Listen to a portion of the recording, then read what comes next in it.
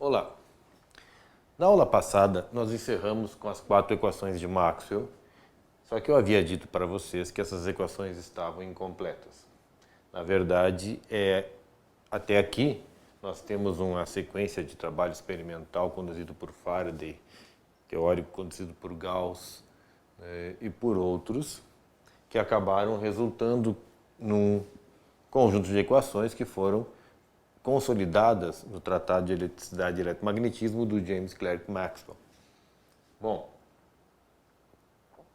só que nesse momento,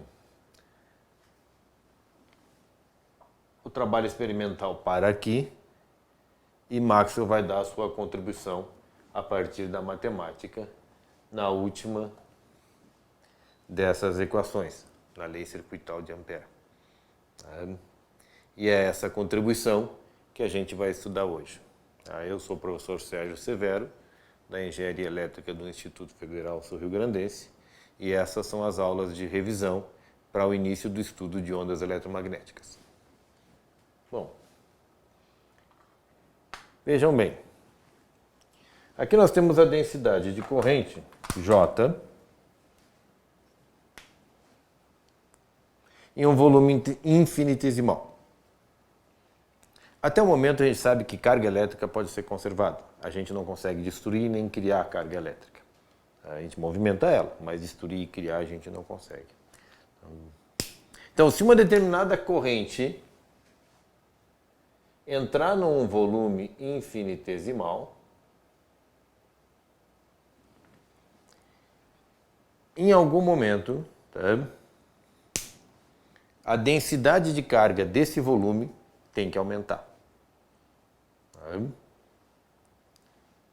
O contrário também vale se uma corrente sai de um volume infinitesimal. O que tem de cargas dentro desse volume, se ela sai, essa quantidade de cargas diminui.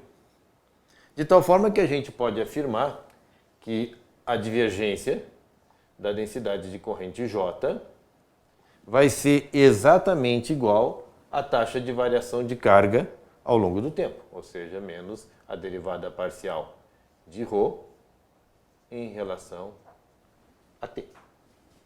Essa é uma equação que afirma uma coisa muito simples, né? Que a carga não é destruída e que a carga não é criada do nada.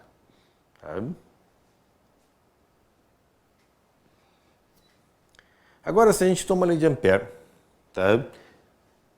esta aqui, e aplica a operação de divergência dos dois lados dessa lei, a gente vai encontrar que a divergência do rotacional da intensidade de campo magnético vai ser igual à divergência da densidade de carga.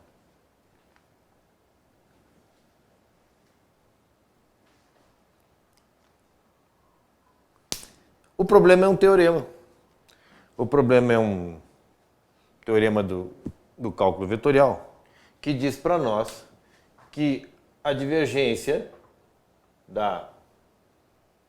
do rotacional de qualquer campo vetorial, a divergência do rotacional de um campo vetorial A é sempre zero. Ora, mas nós acabamos de dizer que a divergência da densidade de carga é não nula. É a taxa de variação da carga que tem lá dentro, ou seja, ela não é zero. Ou seja, nós não podemos sumir com a carga nessa história. De afirmar que a divergência do rotacional é sempre zero é um probleminha fácil de resolver que vocês podem fazer em casa, é bastante divertido. E aí, como é que a gente resolve a contradição? Sim, porque vai acontecer uma contradição entre essa equação aqui e essa equação aqui da existência da carga. E essa equação aqui que vai nos dar fim na nossa carga. Maxwell vai criar um termo adicional aqui, vai somar alguma coisa aqui, na nossa lei de Ampère, vai criar um termo adicional e vai chamar esse termo de corrente de deslocamento. Porque, obviamente, esse termo tem que ter termos de corrente. E essa corrente de deslocamento é igual à taxa de variação da densidade de fluxo em relação ao tempo. Dessa forma, essa última lei aqui vai ficar o rotacional do campo magnético é a densidade de corrente de condução mais a taxa de variação da densidade de fluxo elétrico em relação ao tempo. De tal forma que se a gente agora aplicar a divergência em ambos os lados dessa equação, nós ficamos, com, vou botar com outra cor aqui,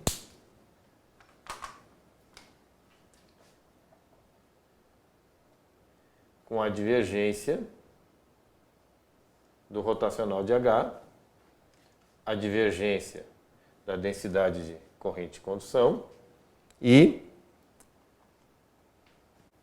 a divergência da taxa de variação de tempo na divergência, que é a taxa de variação em relação ao tempo da divergência. Porque vejam bem, o operador aqui é posicional e a variação é em relação ao tempo. São duas coisas diferentes, então a gente pode tirar para fora isso aqui.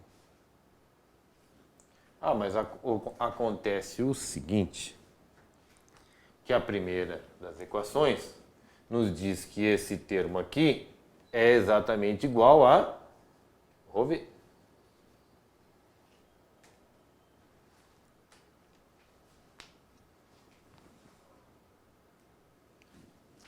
Mas como a divergência de J é menos ρV dt,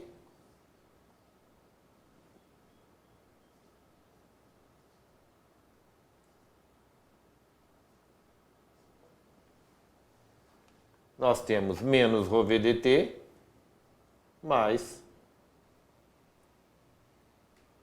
derivada parcial de ρV dt. Essas duas aqui se anulam e a gente agora tem a divergência do nosso rotacional do campo H exatamente igual a zero. O importante disso, gente, é que assim, isso não é uma constatação experimental. Isso surge da necessidade de não entrar em contradição o conjunto das quatro equações, que sim, essas quatro aqui são experimentais. São resultado de experimentos. Mas isso aqui não é resultado de experimento. Isso só vai ser provado 20 anos depois, porque basicamente nós vamos descobrir que isso aqui prova a existência. É a partir da corrente de deslocamento que nós conseguimos compreender o que são ondas eletromagnéticas, e isso só vai ser provado 20 anos depois por Hertz.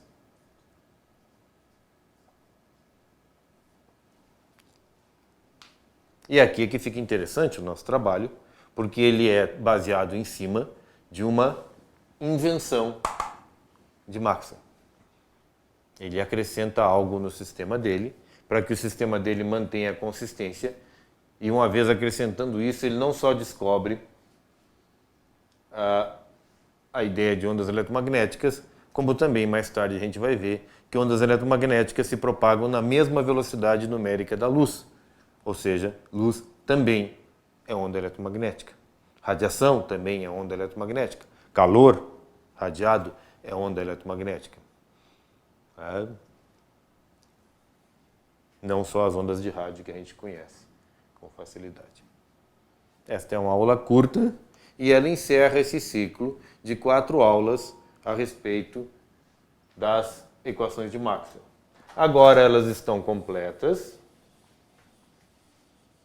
não tem mais nada a acrescentar nelas.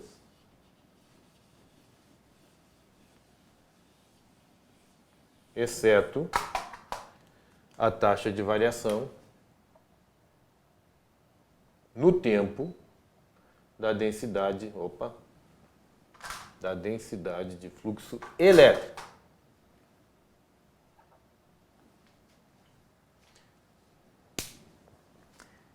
Se nós nos interessarmos, o que acontece com essas equações no vácuo, no espaço, acontecem duas coisas curiosas, dois termos desaparecem. O termo da densidade volumétrica de corrente, porque nós vamos considerar um espaço sem correntes livres, tá? E o termo da presença de carga nesse espaço, vamos considerar um espaço onde não exista carga próxima o suficiente para influenciar nas nossas medidas.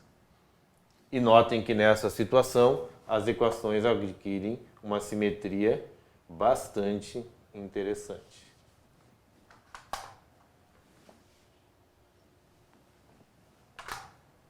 Isso aqui fica igual a zero, isso aqui fica igual a densidade dt.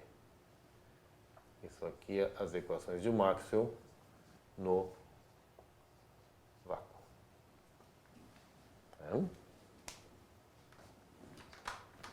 Bom, na próxima aula a gente vai começar o curso de ondas eletromagnéticas e a primeira coisa que a gente vai descobrir é o que isso resulta, tá? Da onde isso aí vai nos desenvolver toda a base matemática do que a gente chama de tecnologia eletromagnética. Tá? Muito obrigado, até a próxima aula.